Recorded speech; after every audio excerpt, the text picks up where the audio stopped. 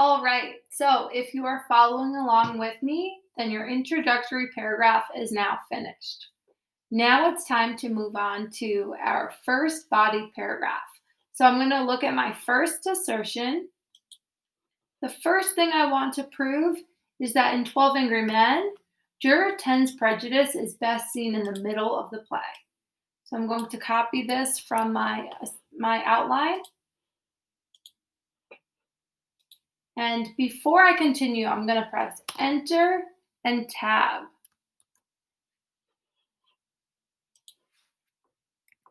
And Tab. There we go. So you see that the paragraph is indented. That lets your reader know that you're about to focus in on something else. So they know now that I'm going to focus in on trying to prove that Juror 10's prejudice is best shown in the middle of the play. So I have some evidence that I'm going to use. I'm going to look at my first piece of evidence and put it in here. But remember, my reader has not read this text, so I might have to add some more background information. So I'm going to think, would my reader understand this if I just say, Juror 8 is saying that the defendant is too smart to have made a mistake in the case.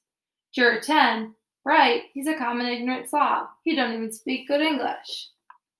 So I'm thinking that my reader might not understand what they're talking about. So I'm going to go back to page 37, and I'm going to scan through and make sure I remember what's happening in that part of the text.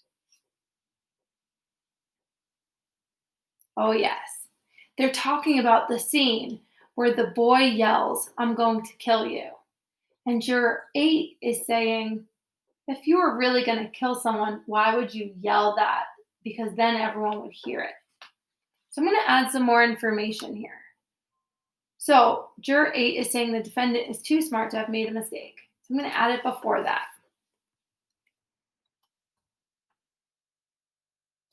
The neighbor heard the defendant yell, "I'm going to kill you."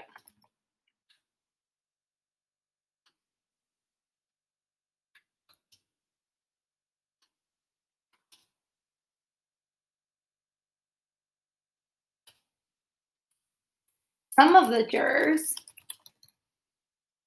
believe this proves the boy is guilty.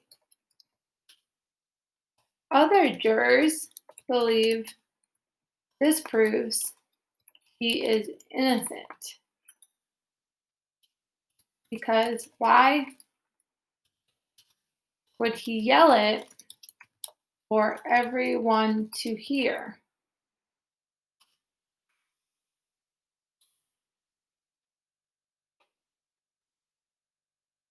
All right. So now I think my reader is going to understand this quote better because they understand the mistake that we're making. So for each of your quotes, I want you to go in and add some extra context.